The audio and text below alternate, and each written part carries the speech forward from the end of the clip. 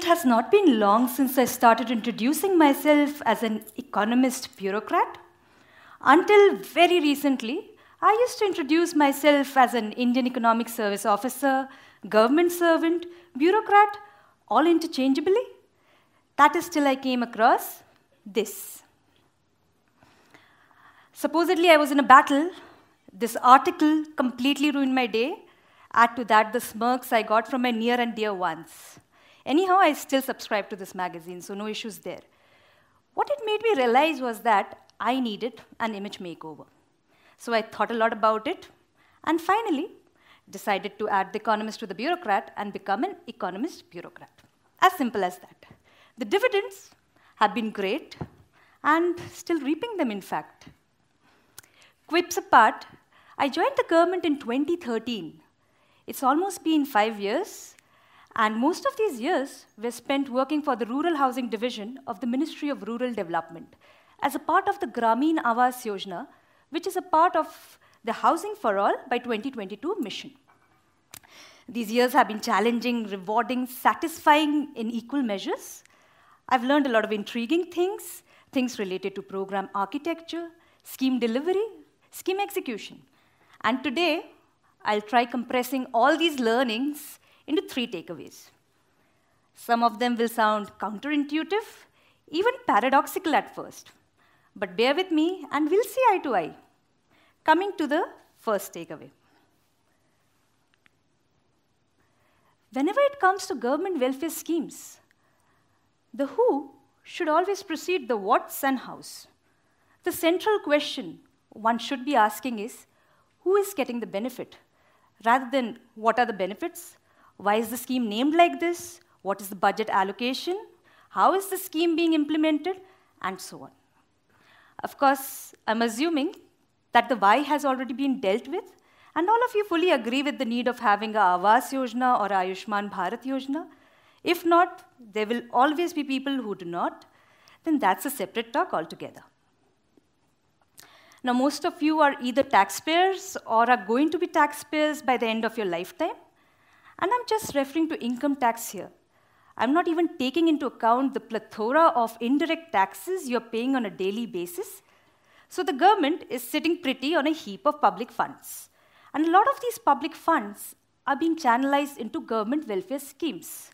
In fact, income tax is considered a very effective instrument for redistributing income from the haves to the have-nots. So shouldn't you be interested in knowing who the have-nots are? Are the funds going to the right people? But, yeah, big but, in my limited interaction with people, that rarely seems to be the case. People are more interested in knowing what the budget allocation of a scheme is, rather than whom that budget is going to. A lot of my friends know the features of the scheme inside out, by heart. Hats off to them, actually. But when I ask them a very simple question, that who is that benefit going to?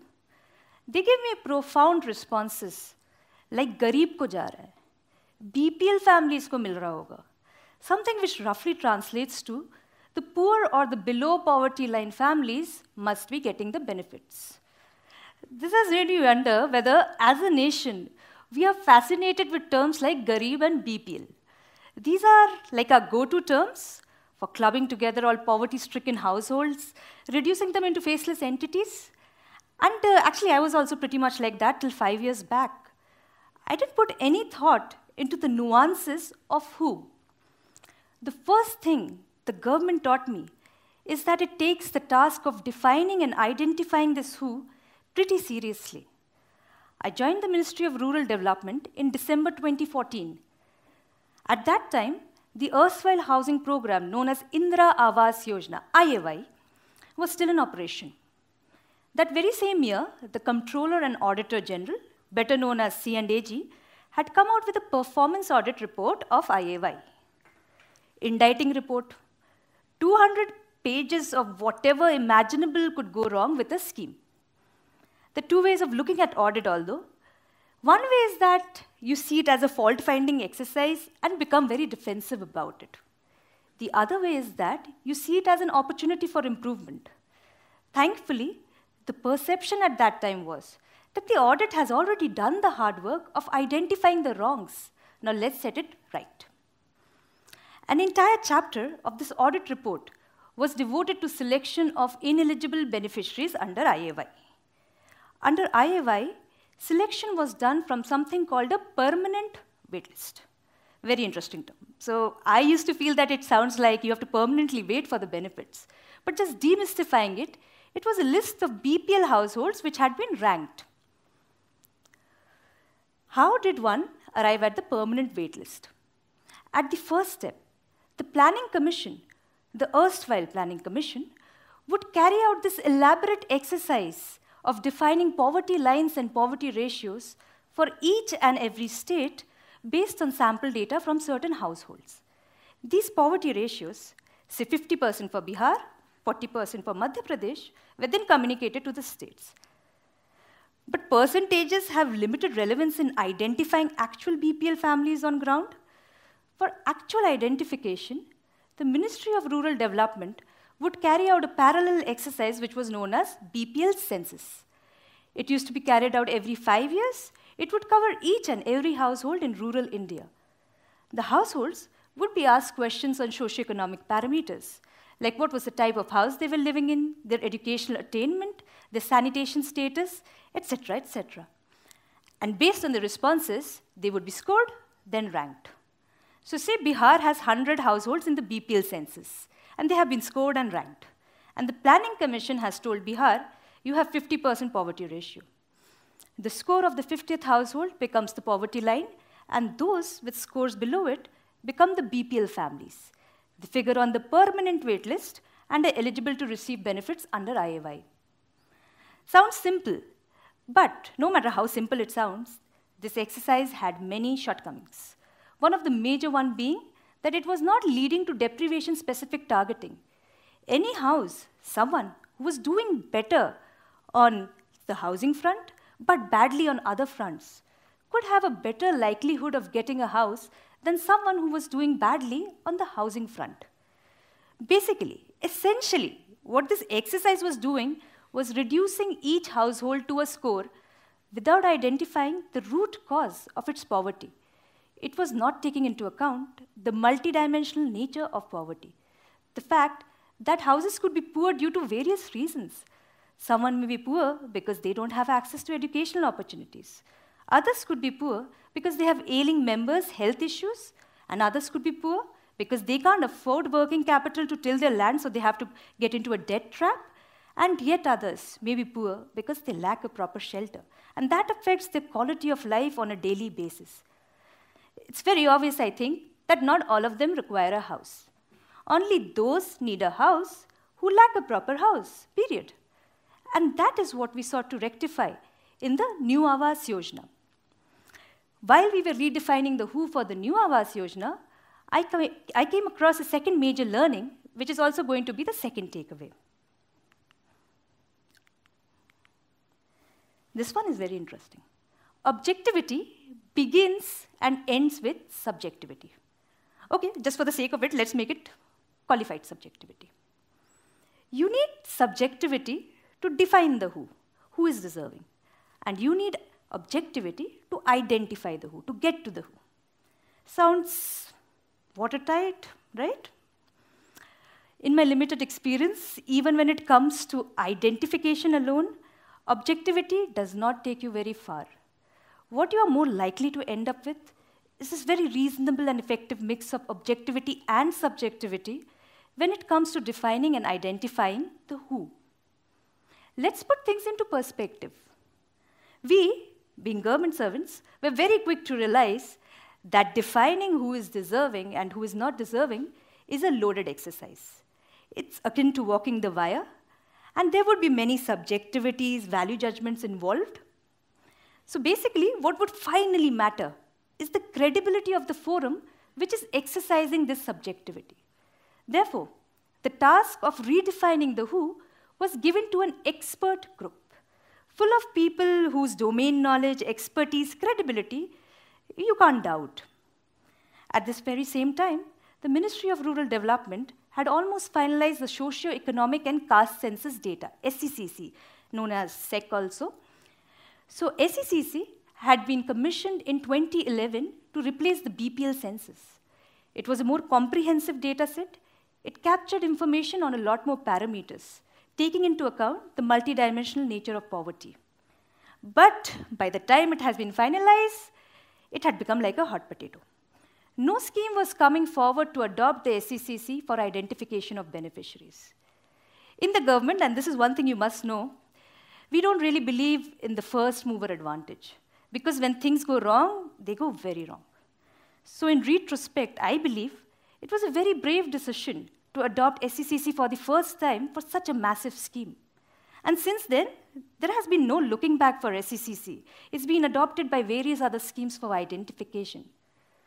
Now, this expert group went through various combinations, various permutations of parameters in SECC to arrive at the who. After a lot of deliberation, eligibility boiled down to 3 steps. The first step was known as automatic exclusion. There were 13 parameters which were considered to be proxies for wealth and well-being. These were parameters like whether a household owns a landline, whether it has a refrigerator, it has a motorized vehicle, whether it has a member who is paying income tax or professional tax, and many more parameters. Any household which qualified on even one of these parameters was removed from eligibility. So it was thought that these households have the money to construct their own houses. They don't need assistance from the government. Though it sounds subjective, this is what it was done. And in the second step, out of all the remaining households, those families which were living in semi-pakka or pakka houses, that is either their roof or wall was made of pakka material, were removed from eligibility. By now, you're down to kacha houses only. In the third step, families living in kacha houses with more than 2 rooms were removed from eligibility. So you finally arrive at the universe. To start with, 18 crore households had been surveyed under the SECC. By the time we were done applying the filters, we were down to 4 crore households. Now, in the first phase of the new Awaas Yojana, assistance was given only for constructing 1 crore houses in 3 years. And there were 4 crore claimants. So whom do we give it to first? For this, a priority list was prepared. At the first level, prioritization was done on the basis of housing deprivation parameters, because obviously those who lack proper house need a house first. So 4 groups were formed. These priority groups were the houseless, followed by those living in 0, 1, and 2-room kacha house. Within each priority groups, families belonging to certain deprived and stigmatized communities, historically deprived communities, were elevated. And this was known as compulsory inclusion. So now we had 8 subgroups, 4 priority groups, and 2 subgroups within each priority group. After this, within each subgroup, scores, deprivation scores, from 0 to 5 were given on the basis of certain parameters. This led to the introduction of 6 more strata. By now, we were down to 48 strata. 4 groups, 2 subgroups, and 6 strata within each subgroup. Sounds enough? It wasn't. We had panchayats where more than 100+ households were tied at the same score within the same strata. So we introduced something called the tiebreaker parameters, 5 of them. Sadly, still not enough. And by now, we had run out of SECC parameters. That comprehensive data set had been exhausted. We had reached the limits of our objectivity. So after a lot of deliberation and thinking, it was ultimately decided by the expert group that the decision to decide these tiebreakers would be given to the Gram Sabha. So despite investing our blood and sweat into keeping this entire exercise fully objective, we had to finally rely on the qualified discretion of the Gram Sabha. Again, a very credible forum, a constitutional body best equipped to make local level decisions, but we had come a full circle. We started with the qualified subjectivity of the expert group and ended with the qualified discretion of the Gram Sabha. Plus, in a relentless pursuit for making this exercise fully objective, we had introduced jargons like automatic exclusion, compulsory inclusion, deprivation scores, tiebreakers, semi-kacha pakka, and whatnot. Too complex for any layman to understand. And this brings me to my third and final takeaway for tonight. Objectivity often comes at the cost of simplicity. There is an inherent trade-off between the two. By the time you arrive at the who with near-perfect objectivity, you may lose track of how you got there. So I've started, in the last 2-3 years, I've started taking objectivity with a pinch of salt. Yes, it does root out discretion, very good. But what it also does is introduces this completely complex web of rules and logic, which becomes a black box for the ultimate beneficiary. These pitfalls were realized when we released the partially ranked list of houses to the Gram Sabha for verification and completing the ranking. Many households found themselves missing. What these households were more aggrieved about was why their seemingly identical neighbor had made it to the list. And then there were also households which should have been there on the list, but did not figure due to genuine data capture errors in the SECC. There was this widespread sense of being wronged. So for all these households, it was decided that a period of 6 months would be given for them to submit their claims to the block office. And this was followed by a resurvey of all these households. The final step in the resurvey would be informing the claimant as to why he made it to the who or did not make it to the who, because everyone deserves to know. Summing up, what is governance all about?